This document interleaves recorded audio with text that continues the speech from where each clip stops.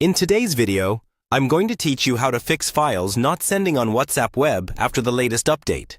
If you've recently updated WhatsApp Web and suddenly your photos, videos, or documents won't send, don't worry.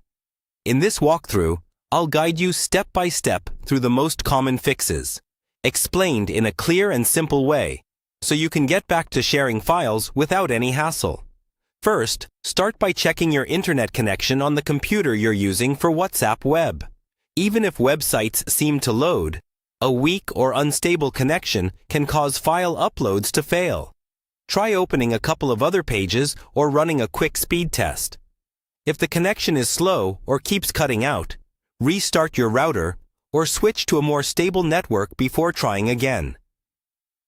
Next, refresh WhatsApp Web by reloading the browser tab. Sometimes, after an update, the session can become a bit buggy. A quick refresh can reset the connection between your browser and WhatsApp servers. If that doesn't help, log out of WhatsApp Web from the browser, then rescan the QR code from your phone to create a fresh session. Now, take a look at your browser itself. Make sure you're using a supported, up-to-date browser such as Chrome, Edge, Firefox, or another modern option. Outdated versions can conflict with new WhatsApp Web updates. Go to your browser's settings and check for updates, then restart the browser after it's fully updated. After that, clear your browser's cache and temporary data. Over time, old cached files can interfere with web apps like WhatsApp Web, especially after an update. Go into your browser history or privacy settings.